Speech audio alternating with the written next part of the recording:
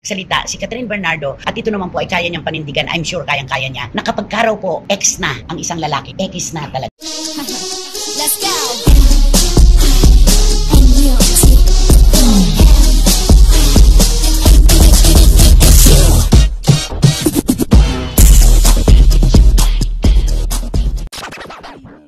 Hanggang ngayon pinag-uusapan pa rin ang tambalang Catherine Bernardo at Daniel Padilla at ang kanilang relasyon na umabot po ng mahigit na isang dekada. Kay Catherine, wala po tayong masasabi na nakaraan kasi ang unang boyfriend niya ay si Daniel Padilla talaga. Hindi malilimot. Kay Daniel, hindi tayo sigurado kung si Catherine ang first girlfriend niya.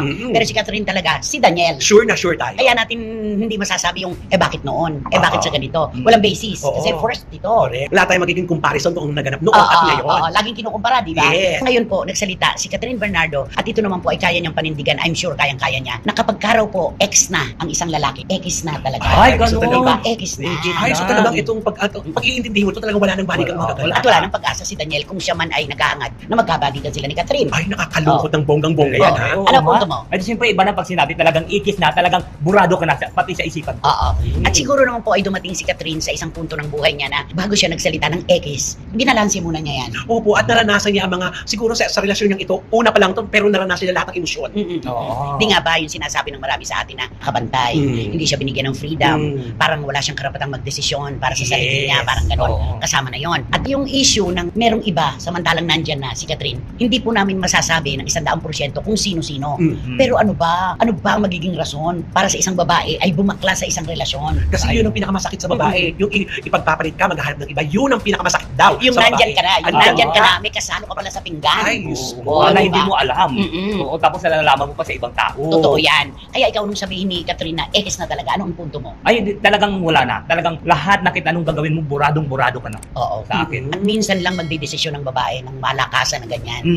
Kasi yung iba, di ba, hindi pa muna makapagsalita. Siyempre, baka mamaya meron pang second chance, di ba? Baka magkabalikan pa. Pero para sa isang Catherine Bernardo ay sabihin yung kapag X na talaga, yun na yun. Oo. Diba? Kasi si Catherine parang nakaranas talaga, nakita niya ang ganda ng buhay nung makawala siya sa Ng relasyon. mundo. Oo. Di ba na yun? Oo. Dati kasi nakahawla siya eh. Kumbaga po, inahalin tulad siya noon sa ibon na nasa hawla. Nung siya ay lumabas sa hawla, nakita po niya, nung di pa rin niya, napakaganda pala ng mundo. Yes. Na matagal niya pong hindi nakita. Pero napakaganda ang pagkawala niya sa hawla. Dahil, Kasi siyempre, maganda ang ginawa niya. Hindi naman siya... maganda yung naging resulta. Resulta, hindi katulad na iba. Pag nakawala sa hawla, di ba, kung ano-anong ginagawa. Kung si Catherine, di ba, talagang nakawala sa hawla, inayos yung pamilya, pati yung karir niya, yung buhay niya. Tama naman yun. At saka nung nakawala sa hawla, lumipad ng napakataas. Oo, para siyang agila. Yes, diba? yun eh. Para siyang agila, pinakamataas ang lipad ng agila, di ba? Kaya nga, di ba, pinagkukumpara yung mga parot at saka ang agila. Ang parot, madaldal, salita ng salita, pero mababa lang ang paglipad. Pero ang agila, hindi dumadaldal, hindi nag-iingay, pero kapag lumipad, mataas na Matayo. Kaya be an eagle, don't be a parrot. Kasabihan yan, di ba? Good morning mga kachika! Isang mainit-init ngunit malaman na balita na naman ang pag-uusapan natin ngayon kung saan ay wag mo nang balikan ang isang taong walang ibang binigay sa'yo kundi pasakit lang. Ito ang sigaw ng marami sa ating mga kababayan kung saan ay hindi na nga nila gusto balikan pa ni Catherine Bernardo ang ex-boyfriend nito na si Daniel Padilla. Pero bago tayo magpatuloy mga kachika, kung bago ka pa sa channel na to ay dapat lang na mag-subscribe ka na at pakiclick na din ang notification bell para mas maging updated ka pa lalo sa lahat pa ng nangyayari sa mundo ng showbiz. Subscribe na! At yun na nga mga kachika, viral at trending ngayon sa mundo ng social media ang di umano'y balitang Catherine Bernardo tuluyan na ngang kinalimutan si Daniel Padilla. Ito ang balitang mainit na pinag-uusapan ngayon ng marami sa ating mga kababayan. Ayon pa sa kanila, ay tama lang naman daw na kalimutan ni Catherine Bernardo ang mga taong walang ibang ginawa kundi saktan lamang ang kaniyang puso. Banat pa ng marami sa ating mga kababayan, lalong-lalo na ang mga solidong taga-suporta ni Catherine Bernardo ay halatang halata na daw na noon sila pa ni Daniel Padilla ay talagang limitado lamang ang bagay na ginagawa ni Catherine dahil magagalit sa kanya si Daniel Padilla. Mula sa kilos, pananamit, lalong-lalo na sa pananalita nito ay talagang kontrolado ni Daniel. Dagdag pa nila ay umabot na nga daw sa punto na gusto nang magpa-sexy nitong si Catherine pero hindi niya magawa-gawa dahil tinutulan ito ni Daniel Padilla. Kaya naman ngayon na wala na sila ay kitang-kita naman ang pagbabago ni Catherine Bernardo. Mula sa mahinhin at balot na balot kumanamit, ngayon ay naging wild and free na ang nasabing dalaga. Naggagawan nito ang lahat ng kanyang gusto nang walang boyfriend na pumipigil at naging masaya ito sa kanyang buhay na hindi nalilimitahan ng sarili.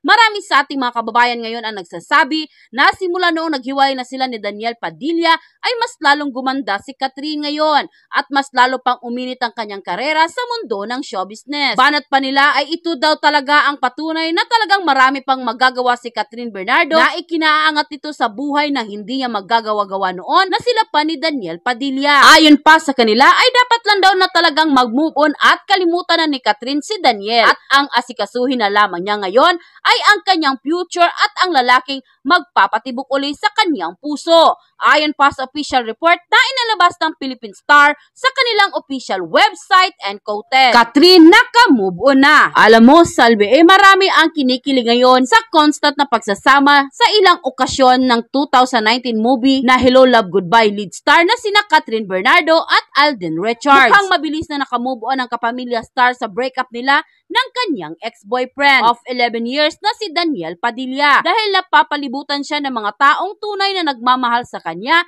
including her family, close friends, and fans. Kapansin-pansin din ang pagiging extra close ngayon ni Catherine sa kapuso actor na si Alden, na present din sa housewarming party ng bagong ipinapatayong malamansyon na bahay ng actress for her family in Antipolo City last Thursday, April 11. Ngayong natupad na ang pagpapatayo na ng dream house for her and her family, Catherine expected to be a busier in the coming days dahil malapit na rin niyang simula ng kanyang reunion TV series with her Mara Clara co-star na si Julia Montes. At ang inaasahang balik-tambalan nila ni Alden sa pelikula na nakatakda umanong ilahok sa darating na Metro Manila Film Festival. Kung inaabangan ng marami ang reunion movie nila Catherine at Alden, inaabangan din ng lahat kung mauuwi sa espesyal na relasyon ang pagkakaibigan nila ni Alden. End quote. At yun na nga mga kachika, kung nagustuhan mo ang hot topic natin for today's video, ay ano pang inaantay mo? Mag-like ka na at i-share mo na din para mas marami pang magkakaalam sa hot topic na ito.